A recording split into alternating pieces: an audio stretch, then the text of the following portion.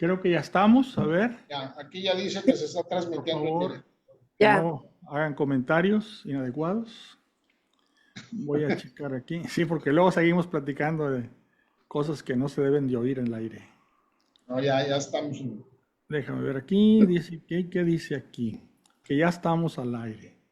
Bueno, ¿alguien iba a entrar? Creo que es Alejandro. Bueno. Voy a petición de Juan Carlos, voy a silenciarlos, ¿eh? Si quieren hablar, le Ok. aplanan ahí. Ya. ¿Ya lo puedes hacer tú desde ahí? Sí, ya, silenciados todos. Cuando quieran hablar, nomás le aplanan al micrófono. Bueno, pues ya estamos transmitiendo. Iba a entrar Alejandro, no sé qué pasó. Les agradezco que se hayan conectado. Muy buenas tardes, muy buenas noches. Espero que los haya tratado bien la lluvia, que es una bendición que nos manda Dios. Ya vean, en todos lados veo agradecimiento a Dios por haber estado ocupado con nosotros. Nos envió la lluvia, que ya estábamos a punto de quedarnos sin agua en todo Tamaulipas y Nuevo León, por supuesto. Muchas gracias al Padre por haberse acordado de nosotros. Nosotros le agradecemos y le pedimos que siga la lluvia porque todavía nos hace falta. Bueno, el día de hoy vamos a ver un tema que ya habíamos iniciado, que es sobre los macabeos. ¿Sí? Déjenme compartir un poquito la pantalla antes de empezar oficialmente. Déjenme ver aquí. Aquí está. Este es un cronograma que les hice en la clase pasada. Todas las fechas que están aquí son de antes de Cristo. ¿Sí? Por ejemplo, cuando hablamos de que estaban desterrados los israelitas que estaban en Persia, bueno, estaban originalmente en Babilonia, pero luego los de Persia conquistaron Babilonia y el rey Ciro se dio cuenta que había ahí judíos y les dijo, pues regrésense, los que quieran regresar, regrésense. Y les dio inclusive las cosas que se habían robado del templo, lo que todavía quedaba. Eso pasó en el 538 antes de Cristo. Y luego mandó a dos personas le pidieron autorización para ir a ayudar. Uno fue Esdras, que era el sacerdote. Él principalmente lo que quería era reconstruir el templo en el 458. Y luego viene Nehemías. Nehemías era el gobernante. También lo manda o le autoriza a Ciro a regresar y él es el que se encarga sobre todo de reconstruir la ciudad y las murallas, ¿sí? Luego pasan los tiempos y en el año 336 al 323, acuérdense que las fechas van hacia atrás, ¿sí? Ahí es el tiempo que Alejandro Magno reinó, ¿verdad? En toda esa zona. Él era griego y pues conquistó gran parte de la tierra conocida de aquel tiempo, ¿verdad? Entre ellos conquistó a Egipto, conquistó a Judea, conquistó lo que es Siria y lo que es Babilonia. Pero muere y entonces le reparte a sus generales el imperio. Lo divide en varios reinos.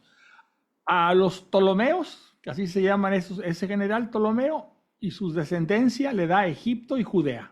Judea es precisamente pues, lo que es Israel. Y a Seleuco, otro de sus generales, le da Siria y Babilonia. En el año 300, este Ptolomeo o uno de los Ptolomeos manda traducir al griego el Antiguo Testamento de la Biblia. Es decir, las escrituras, las sagradas escrituras de los judíos de ese tiempo, la manda a traducir al griego, porque ya los judíos fuera de Judea pues ya no se acordaban del hebreo, entonces leían en griego. Entonces traduce al griego esa ley, esa parte o sea, el Antiguo Testamento, esa parte de la Biblia, y esa parte de la Biblia se conoce como la Septuaginta. ¿Y por qué los menciono? Porque esta traducción al griego era lo que citaba Jesús y los apóstoles en sus enseñanzas, ¿sí?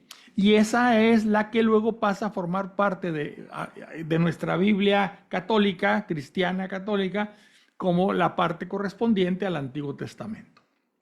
Pasa el tiempo y en el año 200 Judea está sometida a los descendientes de este Seleuco, que él era originalmente rey de Siria y Babilonia, y aquí agarra también Judea. Entonces, en el año 200, Judea está sometida a los Seleucidas, o sea, los descendientes de Seleuco. Y había uno que se llamaba Antíoco III, ¿verdad? Habían puesto el nombre de Antioquía a su capital. Y aquí viene ya lo que estamos viendo ahorita. En el año 167, un sacerdote judío, Matatías Asmoneo, así se le conocía, Matatías el Asmoneo, se subleva contra Antíoco.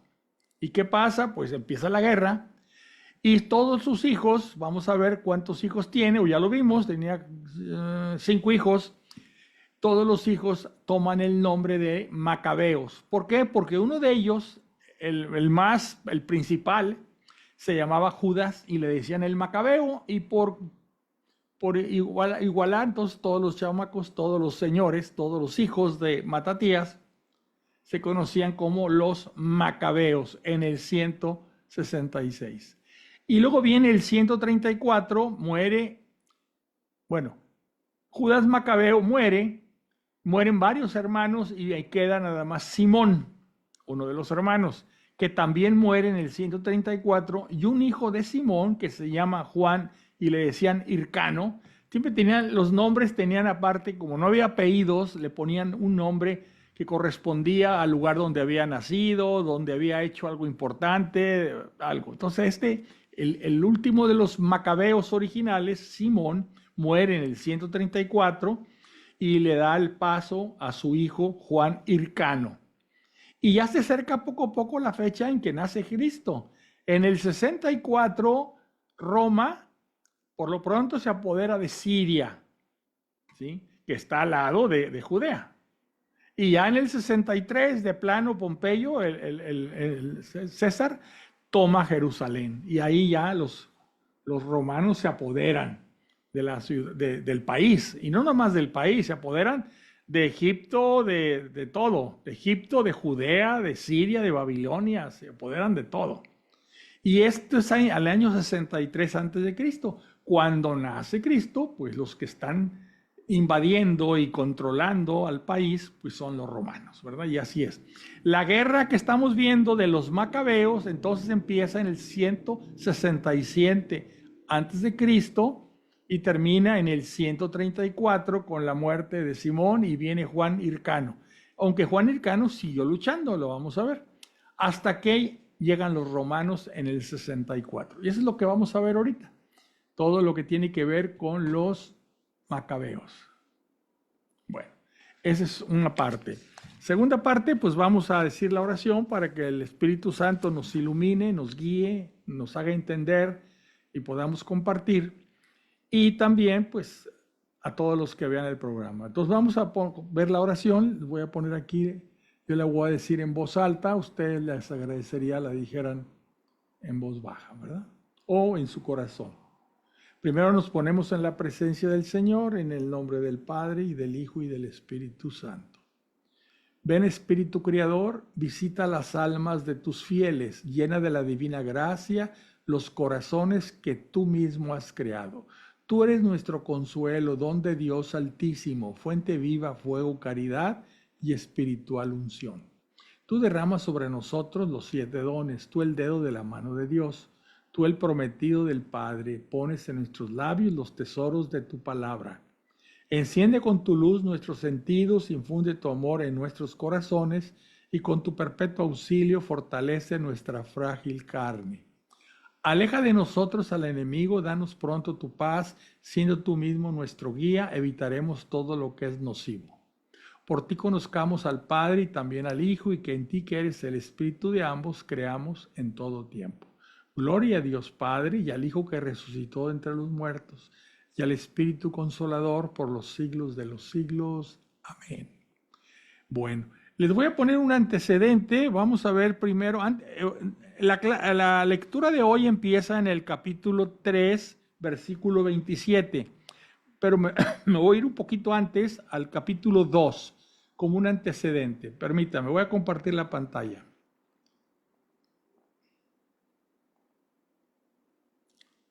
Permítame, me voy al 2. Aquí es donde debemos de empezar, en el 3, pero me voy a ir al 2:49. Hay cosas interesantes que hay que recordar, ¿sí? Cuando la vida de Matatías se acercaba a su fin, dijo a sus hijos, ¿sí? ¿Cuáles hijos tenía Matatías? Vamos a regresarnos a ver. Vamos a ver, por aquí están los hijos, permítame. Aquí está.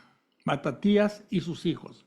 Matatías tenía, mira, dice, por aquel tiempo Matatías, hijo de Juan, hijo de Simeón, el sacerdote del linaje de Joravit, dejó Jerusalén y fue a establecerse en Modín, una ciudad. Tenía 5 hijos. Fíjense cuáles son. Juan, que se apodaba Gadí. Simón se apodaba Tasí. Judas era el que se apodaba Macabeo.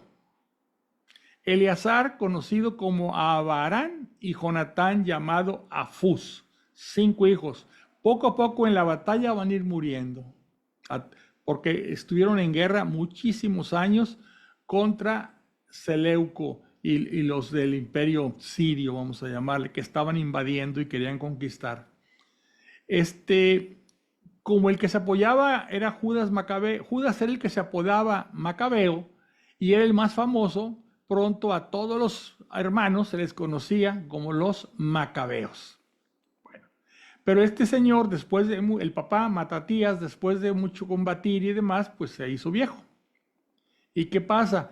Que cuando la vida de Matatías se acercaba a su fin, dijo a sus hijos, y ahí se fue hablando con cada uno de ellos. Pero lo que nos interesa es aquí. Dice, ahí tenéis a Simeón, vuestro hermano, uno de los hijos. Sé que es un hombre sensato, escuchadle siempre, él será vuestro padre. Se lo pone como el padre de los hijos. Pero, dice, tenéis a Judas Macabeo, valiente desde su mocedad.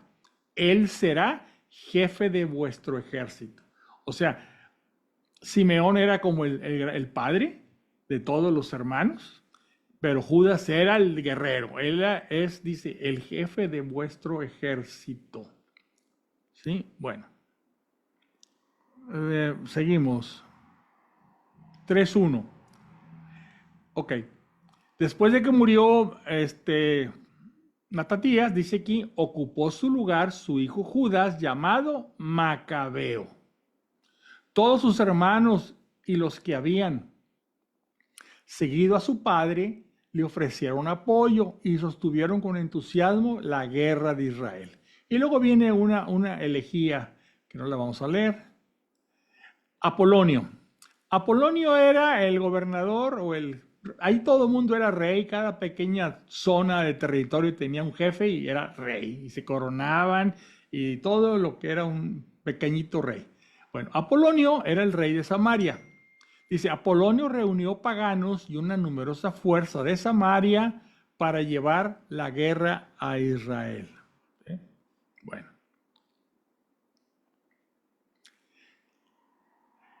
Serón, general del ejército de Siria, o sea, Siria conoce a esa zona donde estaba Seleuco. Al saber que Judas había congregado en torno a sí una multitud de fieles y gente de armas, se dijo, conseguiré fama y alcanzaré gloria en el reino, atacando a Judas y a los suyos, que desprecian las órdenes del rey. Pero resulta que Judas Macabeo combate y vence a Serón.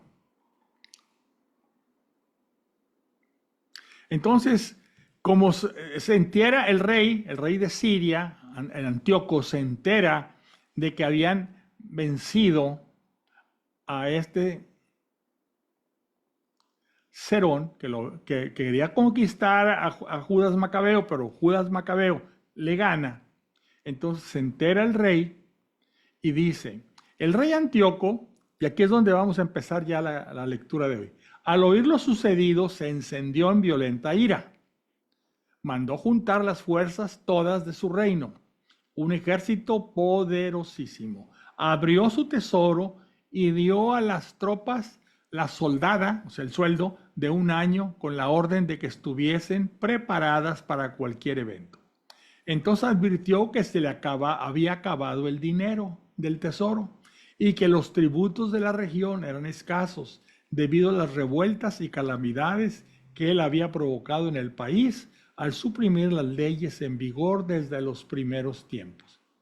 Temió no tener como otras veces para los gastos y para los donativos que solía antes prodigar, permítame, déjeme admitir aquí, donativos que solía antes prodigar con largueza, superando en ello a los reyes que le precedieron.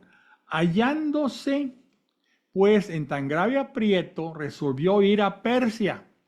Recuerden que el dominio de este rey era donde está Siria. En Persia había otro rey, pero entonces quería dinero y fue a Persia porque a mí le había quedado a deber Persia tributo. Dice, resolvió ir a Persia a recoger los tributos de aquellas provincias y reunir abundante dinero. Dejó a Lisías, personaje de la nobleza y de la familia real, al frente de los negocios del rey, desde el río Éufrates hasta la frontera de Egipto. Y le confió la tutela de su hijo Antíoco hasta su vuelta. Bueno. El rey, tomando consigo la otra mitad del ejército, partió de Antioquía, capital de su reino, el año 147. Estas fechas no son las fechas oficiales de nuestro calendario gregoriano, sino son fechas que se manejaban en aquellos tiempos, ¿sí? Nosotros estamos hablando de unas fechas diferentes, pero dice aquí, partió de Antioquía, capital de su reino, o sea, Siria, el año 147. Atravesó el Éufrates y prosiguió su marcha a través de la región alta. Recuerden que estaba el Tigris y el Éufrates. Cruzando el Éufrates empezaba Persia. Entonces, el rey va a conquistar o a hacerle la guerra a Persia para obtener dinero y la otra persona, que no me acuerdo cómo se llama, Lisías, se encargó de lo que está del río Éufrates hacia el río Nilo, toda la parte de Judea. Entonces dividió en dos sus fuerzas.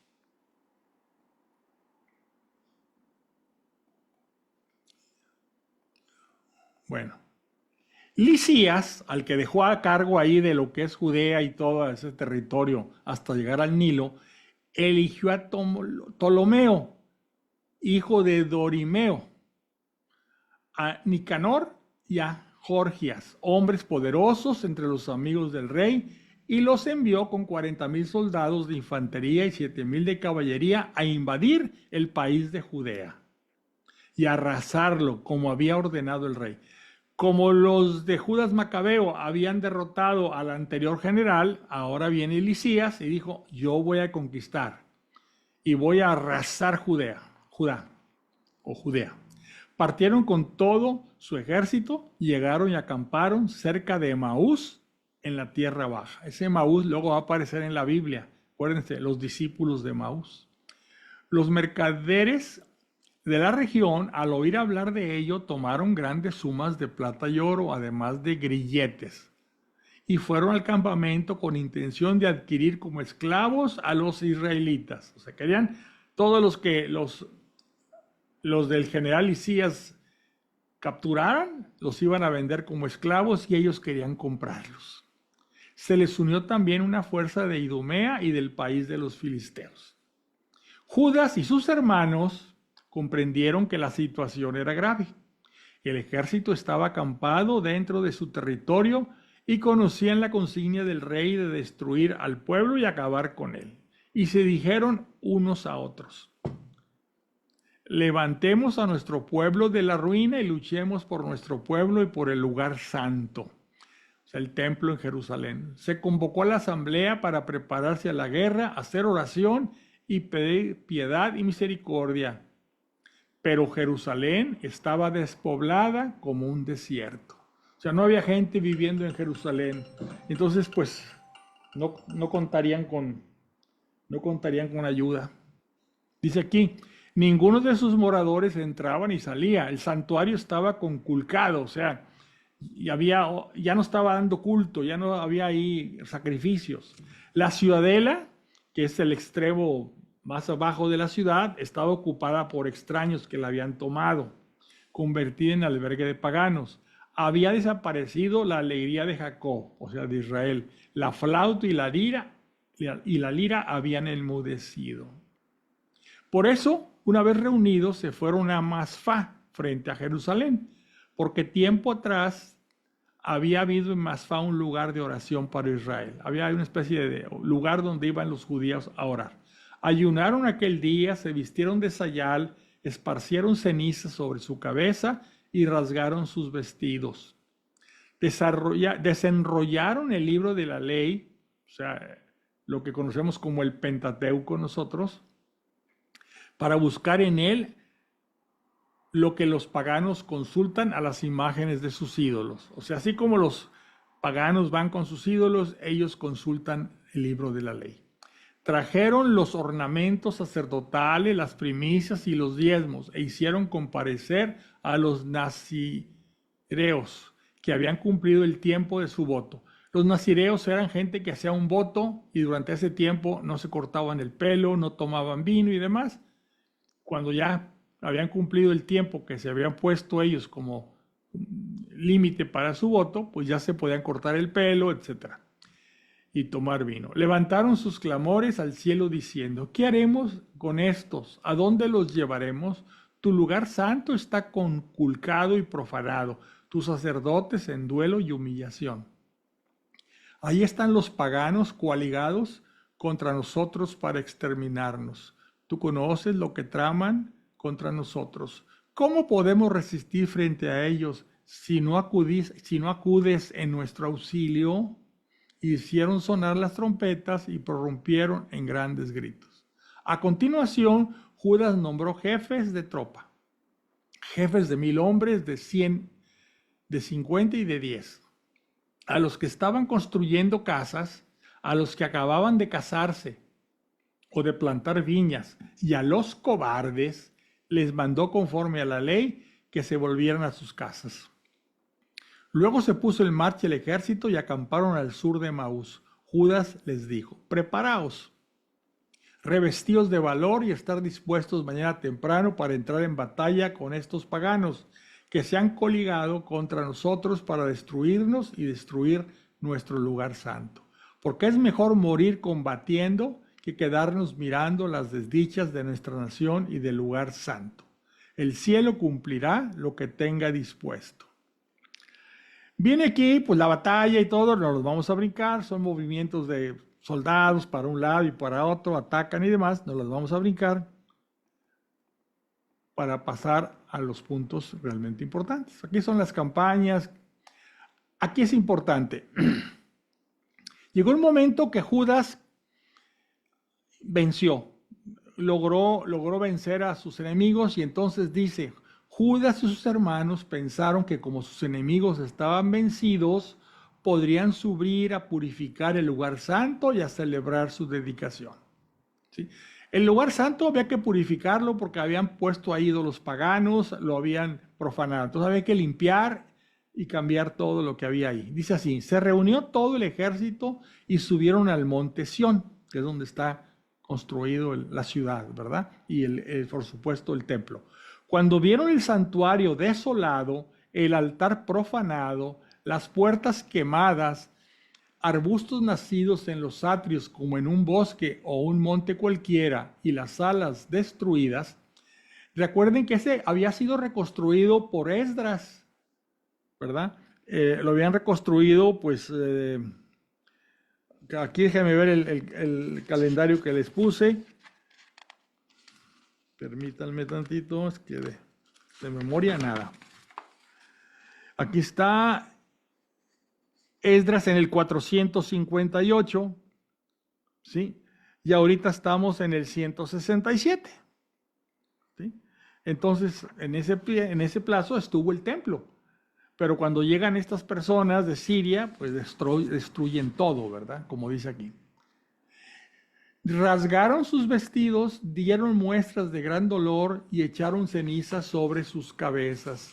Cayeron luego el rostro en tierra y a una señal dada por las trompetas alzaron sus clamores al cielo. Judas dio orden a sus hombres de combatir a los de la ciudadela hasta terminar la purificación del lugar santo.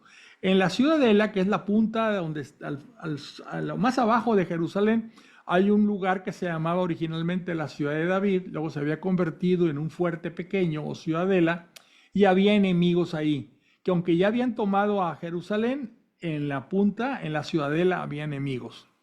Entonces Judas dio orden a sus hombres de combatir a los de la ciudadela hasta terminar la purificación del lugar santo. Luego eligió sacerdotes irreprochables, celosos de la ley, que purificaron el lugar santo y llevaron las piedras de la contaminación a un lugar inmundo. Es decir, el altar donde hacían los sacrificios, que estaba hecho de piedras, quitaron esas piedras que estaban ya profanadas, las tiraron en un lugar inmundo, o sea, en un basurero, y pusieron piedras nuevas. Es un altar que se construye sobre piedras, piedras que no se utiliza ni cincel ni martillo para prepararlas. Deben ser piedras sin labrar, pero se van acomodando de tal forma que forman el altar. Deliberaron sobre lo que había de hacerse con el altar de los holocaustos que estaba profanado. O sea, con buen criterio acordaron demolerlo para evitarse un oprobio, dado que los paganos lo habían contaminado. Lo demolieron pues, y depositaron sus piedras en el montículo del templo en un lugar conveniente, hasta que surgiera un profeta que dijera qué hacer con ellas. O sea, esas piedras se dejan ahí, no se tocan, en un basurero. Tomaron luego piedras sin labrar, como prescribía la ley, y construyeron un nuevo altar como el anterior. Repararon el lugar santo y el interior del templo y santificaron los atrios. Hicieron nuevos objetos sagrados y colocaron dentro del templo el candelabro, el de 7 brazos, el altar del incienso y la mesa de los panes. Quemaron incienso sobre el altar y encendieron las lámparas del candelabro que lucieron en el templo. Pusieron panes sobre la mesa, colgaron las cortinas y dieron fin a la obra que habían emprendido. El día 25 del noveno mes, llamado Quisleo, del año 148, se levantaron al romper el día y ofrecieron sobre el nuevo altar de los holocaustos que habían construido un sacrificio conforme a la ley. Precisamente fue inaugurado el altar con cánticos, cítaras, liras y címbalos, en el mismo tiempo y el mismo día en que los paganos lo habían profanado. El pueblo entero se postró rostro en tierra y adoró y bendijo al cielo que los había conducido al triunfo. Durante 8 días celebraron la dedicación del altar y ofrecieron con alegría holocaustos y el sacrificio de comunión y acción de gracias. Adornaron la fachada del templo con coronas de oro y pequeños escudos. Restauraron las entradas y las salas y les pusieron puertas. Hubo grandísima alegría en el pueblo y el ultraje inferido por los paganos quedó borrado. Judas, de acuerdo con sus hermanos y con toda la asamblea de Israel, decidió que cada año a su debido tiempo, durante 8 días, a contar del 25 del mes de Quisleu, se celebrara con alborozo y regocijo el aniversario de la dedicación del altar. Esto es muy importante. Los judíos tienen una fiesta que se llama Hanukkah.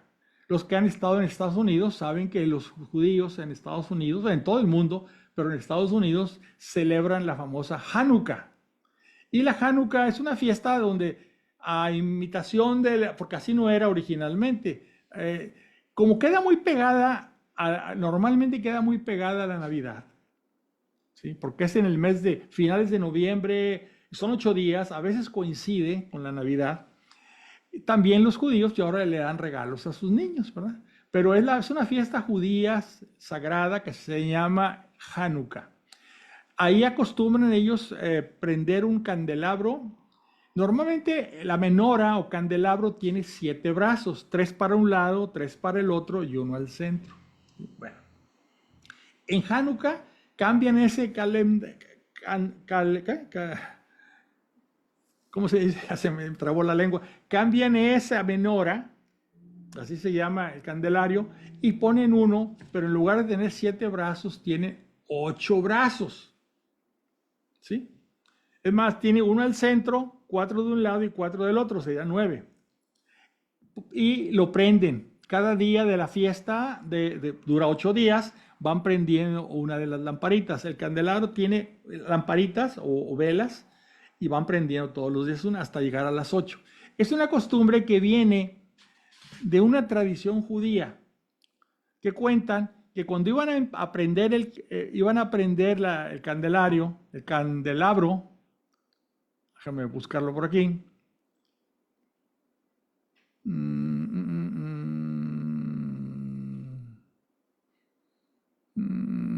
Bueno, cuando iban a prender, dice que prendieron el candelabro. Por aquí debe estar. Bueno, y resulta que no había suficiente aceite. El candelabro, en lugar de tener velas, tiene unas lamparitas con aceite. Es un aceite hecho de oliva. O sea, aceite hecho especialmente para eso. No es cualquier aceite que se usa para cocinar. Es un aceite especial que los sacerdotes producen con las aceitunas, etcétera, y está bendecido y todo lo que ustedes quieran. Y no había suficiente aceite. Entonces, pues, pusieron el aceite que había y prendieron las lámparas y dijeron, esto no va a alcanzar. Pero milagrosamente el aceite duró los 8 días. Por eso hay una tradición, ¿verdad?, de que ese día hubo el milagro del aceite, que duró 8 días. Y a esa fiesta, pues como les dije ya, se le llama Hanukkah. También se le conoce, debido a esas lamparitas que se prenden, se conoce también como la fiesta de las luces. Y coincide muchas veces, o algunas veces cada X tiempo, porque los calendarios judío y el calendario, vamos a decir, cristiano, no coinciden porque los judíos en su calendario religioso usan meses de 28 días y nosotros usamos meses de 31, de 30 y hasta de 29 y de 28. Entonces a veces se desfasan. Pero hay años, creo que este año pasado así fue, no recuerdo si fue el año pasado, coinciden perfectamente bien. Dentro de los 8 días cae la Navidad. Entonces la fecha judía del Hanukkah y la fecha de la Navidad en algunos casos se empatan. ¿Y por qué les digo esto? Porque existe una tradición, y por ahí tengo yo un video que hice sobre eso, que lo más probable es que Jesús haya nacido durante esta fiesta, el 25 de diciembre. Entonces es una tradición cristiana que ahí tiene muchas bases. Recuerden que Jesús durante muchas fiestas judías, Jesús las utilizó y les dio un sentido cristiano, ¿sí? Como por ejemplo la Pascua. Por ejemplo, la fiesta de las tiendas fue la semana o el día, porque las fiestas duraban varios días. En esas fiestas de las tiendas, donde los judíos viven en chozas o tiendas, fue la transfiguración del Señor.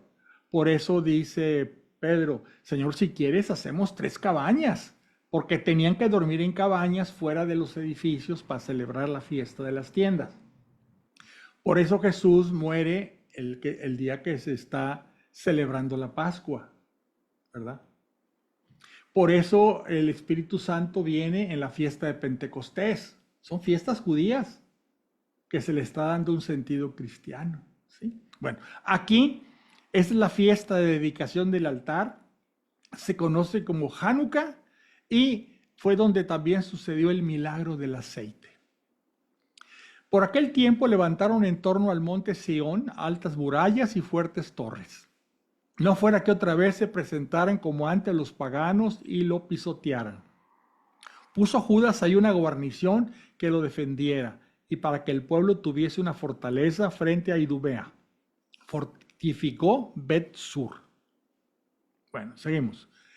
Aquí hay una expedición contra idumeos, guerras y más guerras, los vamos a brincar, aquí no hay nada que aprender, cuando menos de mi punto de vista, ustedes lo pueden leer por su cuenta, pero claro, por supuesto que sí. Estamos hablando del 5, nos vamos a ir al 6.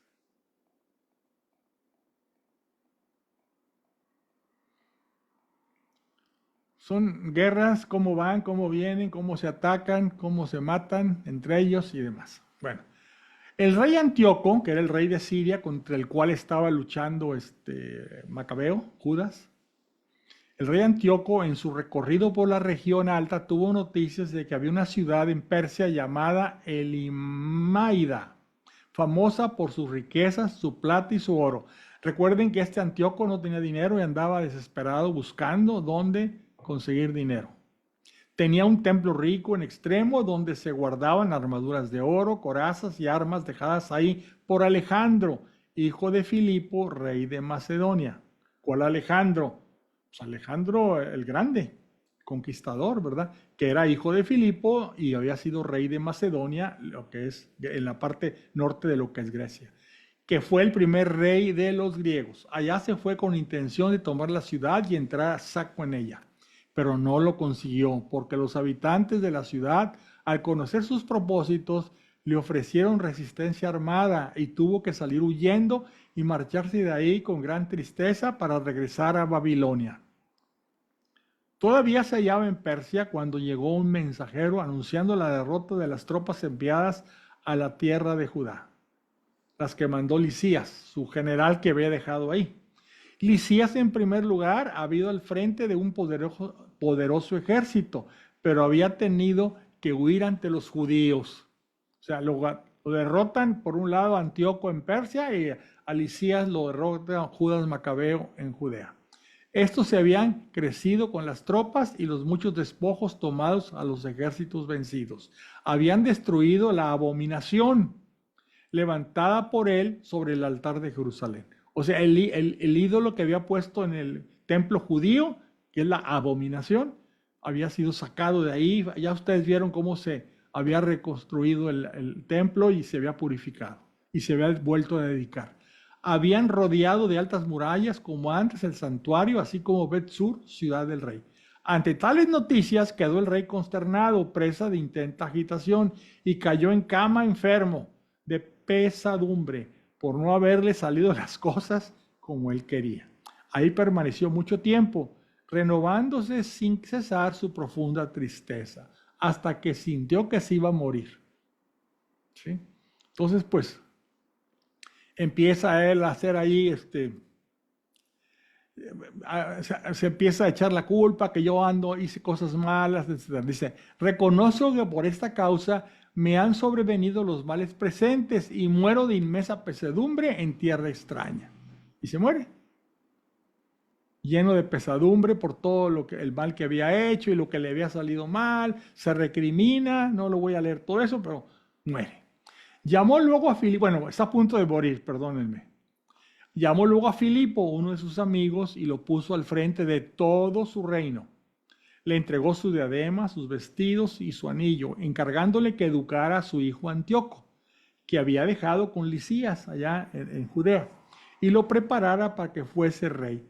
Ahí murió el rey Antíoco, el año 149. Lisías, que había dejado en Judea, al conocer la muerte del rey, puso en el trono a su hijo Antíoco, al que le habían dejado ahí, al que había educado desde el niño, y le dio el sobrenombre de Eupator.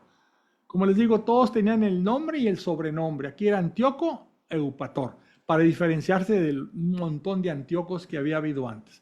Creo que este es Antíoco VII. La guarnición de la ciudadela tenía sitiado a Israel en el recinto del lugar santo. O sea, la famosa guarnición de la ciudadela volvió a ser tomada la ciudadela y había enemigos en la ciudadela.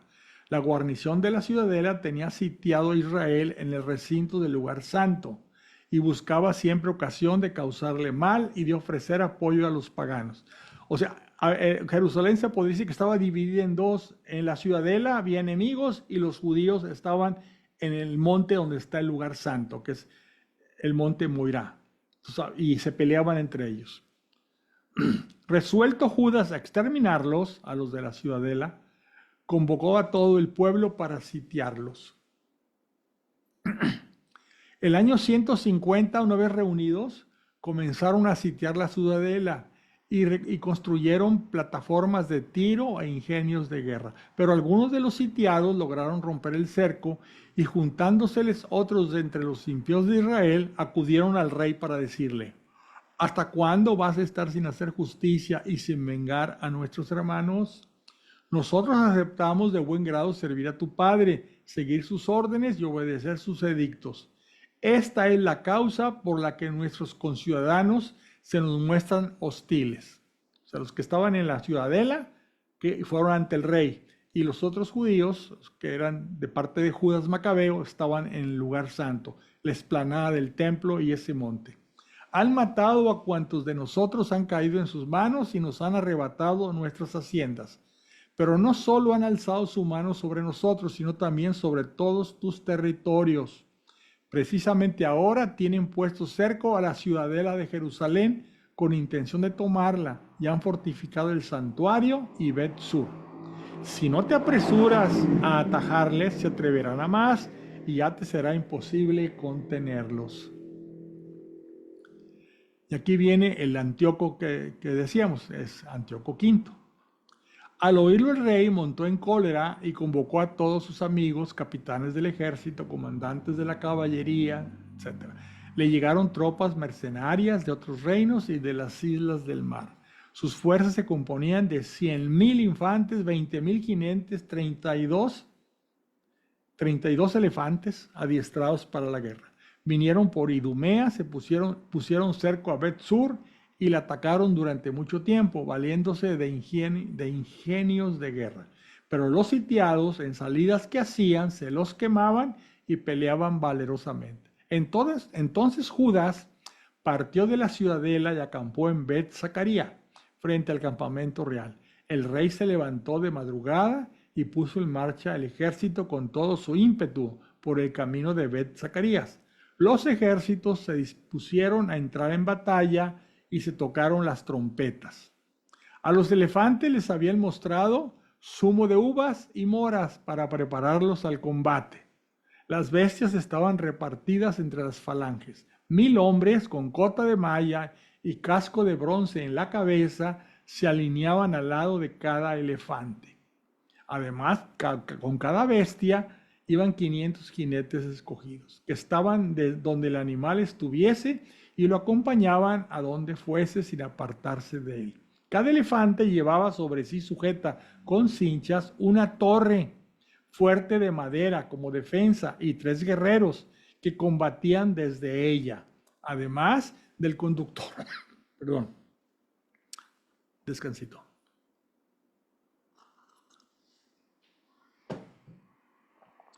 El resto de la caballería, el rey lo colocó a un lado y a otro en los flancos del ejército, con la misión de hostigar al enemigo y proteger las falanges.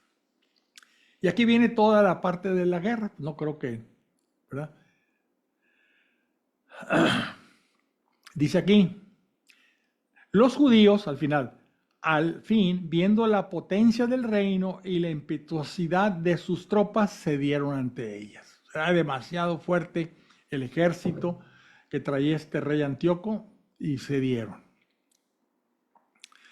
El ejército real subió a Jerusalén al encuentro de los judíos y el rey acampó con la idea de atacar Judea y el monte Sión, donde estaban los judíos. Sí. Vamos también a quitar aquí un poquito esto. Aquí vamos a ver en qué termina este combate. Dice que, pero no había víveres en los almacenes, o sea, los judíos no tenían víveres porque aquella era año séptimo. ¿Qué tiene que ver que sea el año séptimo? Recuerden que cada 7 años dejaban de cultivar la tierra y así como ellos descansaban el séptimo día, dejaban que la tierra descansara el séptimo año. Comían de lo que habían guardado o de lo que quedaba ahí sembrado, pero ellos ya ese año no sembraban. Entonces dice aquí, pero no había víveres en los almacenes de los judíos, porque aquel era año séptimo, y además los israelitas liberados de los paganos y traídos a Judea habían consumido las últimas reservas. Se había traído mucha gente, israelitas que habían estado presos, se los trajeron, pues ellos comían. Víctimas pues del hambre, Dejaron, víctimas pues del hambre, dejaron unos pocos hombres en el lugar santo, o sea, en el monte que ellos dominaban, donde estaba el templo, y los demás se dispersaron a sus casas. Bueno, Lisías, aquel que habían dejado ahí, Antíoco lo había dejado ahí, se enteró que Filipo, aquel a quien el rey Antíoco había confiado antes de morir la educación de su hijo Antíoco, al que había dicho, tú te vas a encargar del reino, de todo el reino, dice aquí, había vuelto de Persia y Media, o sea, Persia y los medos estaban al lado de los persas, con las tropas que acompañaron al rey y que trataba de hacerse con la dirección del gobierno. Entonces apresuró a señalar la conveniencia de volverse diciendo al rey, a los capitanes del ejército y a la tropa. De día en día venimos a menos, las provisiones faltan, la plaza que asediamos está bien fortificada y los negocios del reino nos surgen. O sea, no habían podido conquistar a los que estaban en el Monte Santo, a los judíos que estaban ahí. Demos pues la mano a estos hombres, o sea, a los judíos. Hagamos la paz con ellos y con toda su nación. Como venía Filipo con toda su tropa, Lisías, pues tenía miedo y quería tener tropas de su lado, ¿verdad? Porque venía el tal Filipo. Entonces dice así, permitámosles vivir según sus costumbres tradicionales, pues irritados por habérselas abolido, nosotros se han portado de esta manera. Pues sí, el rey y los capitanes aprobaron la idea y el rey envió a proponer la paz a los sitiados. Estos la aceptaron, los que estaban ahí en el Monte Santo. La aceptaron. Y el rey y los capitanes se la juraron. Con esta garantía salieron de la fortaleza y el rey entró en el monte Sión. Pero al ver la fortaleza de aquel lugar, violó el juramento que había hecho y ordenó destruir la muralla que lo rodeaba. Luego a toda prisa partió y volvió a Antioquía, donde encontró a Filipo como dueño de la ciudad. Le atacó y se apoderó de la ciudad por fuerza. Vamos a ver el 7. Demetrio. Es que aquí hay una guerra entre unos y otros y nunca acaba esto. Vamos a leer una parte. El año 151 del calendario de ellos, Demetrio, hijo de Seleuco, salió de Roma. Había un Seleuco que había estado en Roma y como Roma lo tenía ahí pues, en forma de rehén, sale Seleuco y se viene a reinar acá. Ya lo vimos, el Seleuco que estuvo anteriormente, y deja un hijo de él. Bueno, luego sale de ahí Demetrio, lo dejan salir de Roma, dice aquí, salió de Roma y con unos pocos hombres arribó a una ciudad marítima donde se proclamó rey. Ahí dijo, yo soy el verdadero rey porque soy el hijo de Seleuco, ¿verdad? Cuando se disponía a entrar en la residencia real de sus padres, el ejército apresó a Antíoco, aquel que habían puesto como rey, y Lisías, el general, para llevarlos a su presencia. Al saberlo dijo, no quiero ver sus caras. El ejército los mató y Demetrio ocupó su trono real. Ahora de aquí en adelante el que maneja ahí el reino es Demetrio. Entonces acudieron a él todos los hombres sin ley e impíos de Israel, con Alcimo al frente que pretendía el sumo sacerdocio. Había un judío que quería ser sumo sacerdote y se le pegó a Demetrio. ¿Sí? Ya en su presencia acusaron así al pueblo. Judas y sus hermanos han dado muerte a todos tus amigos y a nosotros nos ha expulsado de nuestro país. Están quejándose contra Judas Macabeo. Envía pues ahora una persona de tu confianza que vaya y vea los estragos que han causado en nosotros y en la provincia, y los castigue a ellos y a todos los que los apoyan. El rey eligió a Baquides, uno de sus amigos del rey, gobernador de Transeufratina, grande en el reino y fiel al rey. Ahora es Baquides. Lo envió con el impío Alcimo, el que quería ser sumo sacerdote, a quien concedió el sacerdocio a tomar venganza de los israelitas. Este rey no tenía por qué nombrar sacerdotes, sumos sacerdotes. Eran impuros. Ellos no pertenecían a la familia del Aarón, que era de donde debían salir los sumos sacerdotes. Y aquí viene la guerra otra vez, guerra, guerra, guerra. Ok.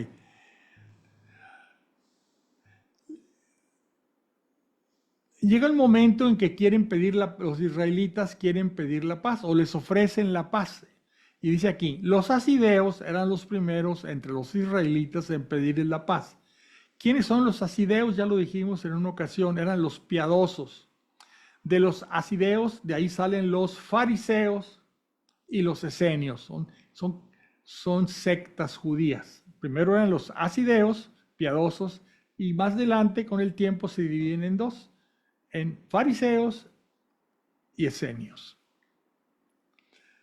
Pues pensaban que como habían venido con el ejército con un sacerdote del linaje de Aarón, no les harían ningún mal.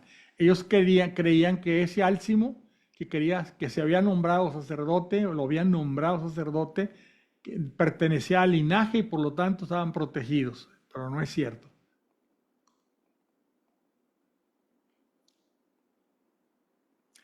Total, siguen las guerras, no quiero perder el tiempo leyendo tantas guerras, ya bastante tenemos. Vamos a ver la 8. Y aquí viene un problemita. Los romanos, entran en la historia los romanos. La fama de los romanos llegó a oído de Judas, decían que eran poderosos y que se mostraban benévolos con todos sus aliados. Y que establecían amistad con cuantos acudían a ellos y que eran poderosos. O sea, habían hecho buena campaña los romanos de relaciones públicas. Le contaron sus guerras y las proezas que habían realizado entre los galos. ¿Se acuerdan? La Galia. Los romanos se apoderaron de Galia, lo que ahora es Francia. Cómo les habían dominado y sometido a tributo. Todo cuanto habían hecho en la región de España, los romanos habían tomado ya España para hacerse con las minas de plata y oro de ahí. Cómo se habían hecho dueños de todo el país gracias a su prudencia y perseverancia, a pesar de hallarse aquel país a larga distancia del suyo. Cómo habían derrotado e inferido fuerte descalabro a los reyes venidos contra ellos desde los confines de la tierra, y cómo los demás les pagaban tributo cada año. Contaban cómo habían vencido en la guerra a Filipo, a Perseo, rey de los queteos, y a cuántos se habían alzado contra ellos y los habían sometidos. Antíoco el Grande, rey de Asia, había ido a salir a la guerra con 120 elefantes, caballería, carros y tropas muy numerosas, pero fue derrotado. Lo apresaron vivo y le obligaron a él y a sus sucesores en el trono a pagarles un fuerte tributo, a entregar rehenes. Por eso había un rey de los de Antioquía, había un rey allá en Roma como rehén. Ahí estaba el tal Demetrio, que luego lo dejaron salir, y a ceder algunas de sus mejores provincias. La provincia Indica, Media y Lidia, que les quitaron para dárselas al rey Eumeno. Los de Grecia habían concebido el proyecto de ir a exterminarlos, pero los romanos, al enterarse, enviaron contra ellos a un solo general. Le hicieron la guerra, mataron a muchos de ellos, llevaron cautivos a sus mujeres y niños, saquearon sus bienes, subyugaron al país, arrasaron sus fortalezas y los sometieron a servidumbre hasta el día de hoy. O sea, también habían conquistado Grecia. A los demás reinos y a las islas, recuérdense que estaba en Bretaña, ya lo que es Bretaña, ya lo que es Inglaterra, estaba tomada por los romanos, cuando menos la mitad de la isla. A los demás reinos y a las islas, a cuantos en alguna ocasión les hicieron frente, los destruyeron y redujeron a servidumbre. O sea que tenían buenas relaciones públicas los romanos. Y Judas Macabeo estaba oyendo todo eso.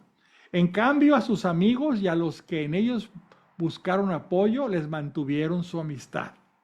Tienen bajo su dominio a los reyes vecinos y a los lejanos, y a todos cuantos oyen su nombre, los temen. Aquellos a quienes quieren ayudar a conseguir el trono, reinan y deponen a los que ellos quieren. Han alcanzado gran altura. No obstante, ninguno de ellos se ciñe la diadema, ni se viste de púrpura para engreírse con ella. Se han creado un consejo donde cada día 320 consejeros deliberan constantemente a favor del pueblo. O sea que era el tiempo en que todavía no había un solo César. Era una especie, todavía era república. Luego se convierte en imperio. Confían cada año, fíjense cómo dice, confían cada año a uno solo el mando sobre ellos y el dominio de sus territorios. Un solo año. Todos obedecen a este hombre sin que haya entre ellos envidias ni celos. O sea, cada año nombraban un dictador. En una república y cada año nombraban a uno diferente. Entonces todo esto lo está oyendo Judas. Oye, pues, hay que ser amigos de ellos, nos pueden ayudar para acabar con Seleuco y que siempre nos están atacando. Y dice aquí, Judas eligió a Eupolomeo, hijo de Juan, hijo de Acós, hijo de Jasón, hijo de Eleazar, etc.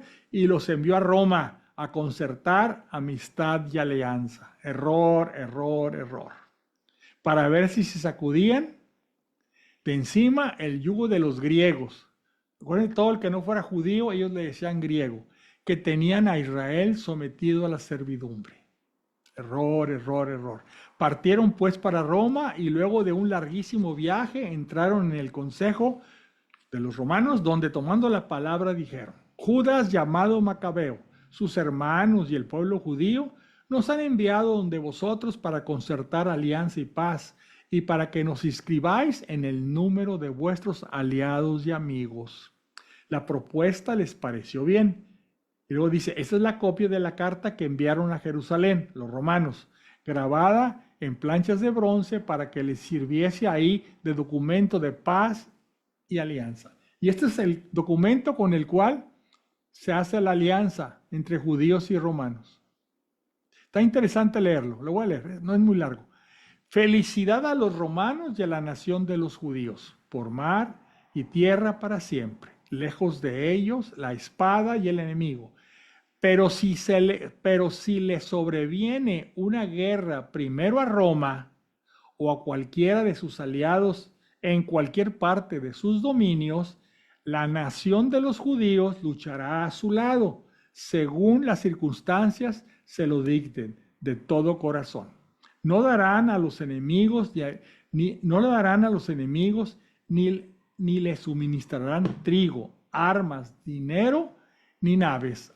Así lo ha decidido Roma.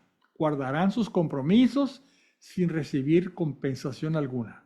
De la misma manera, si sobreviene una guerra primero a la nación de los judíos, los romanos lucharán a su lado, según las circunstancias se lo dicten con toda el alma.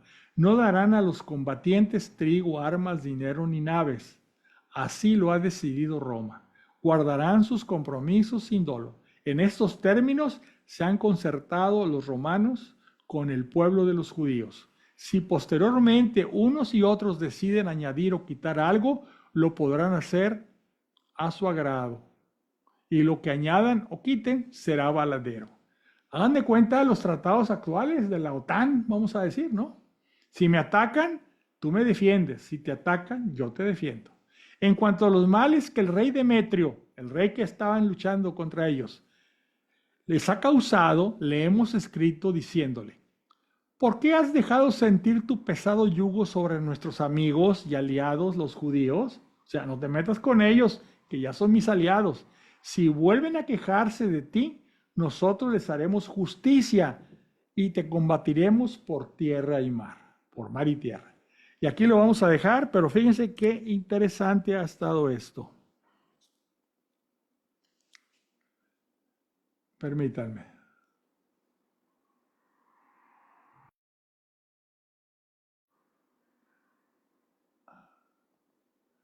¿Quieren reactivar el audio? Por favor. ¿Alguna pregunta o comentario? ¿Qué les ha parecido hasta aquí la alianza con los romanos? Muy peleoneros todos. Pero fíjense cómo el tratado, hagan de cuenta que estamos oyendo el tratado de la OTAN. Si Sí. atacas a un país, todos te vamos a... Si tú te atacan a ti, nosotros te defendemos. O sea, no hay nada nuevo bajo el sol. No, y ahí se han Esto ya inspirado. desde aquellos tiempos. Y estamos hablando de, el año que les dije yo, el año 100 años antes de Cristo, 150 años antes de Cristo, Sí. más o menos, ¿no? Estamos hablando del año 166 antes de Cristo. Pero ¿qué pasa? Pues los judíos, los romanos, una vez que les dan la mano, se toman el pie y una vez que entran a protegerse, se quedan.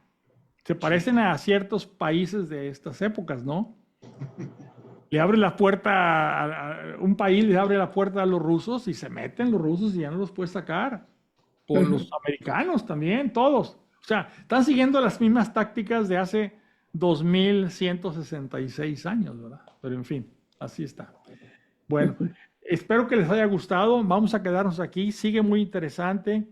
No sé si alguien haya preguntado algo. Déjenme ver. Espero que sí. Aunque no les pregunté.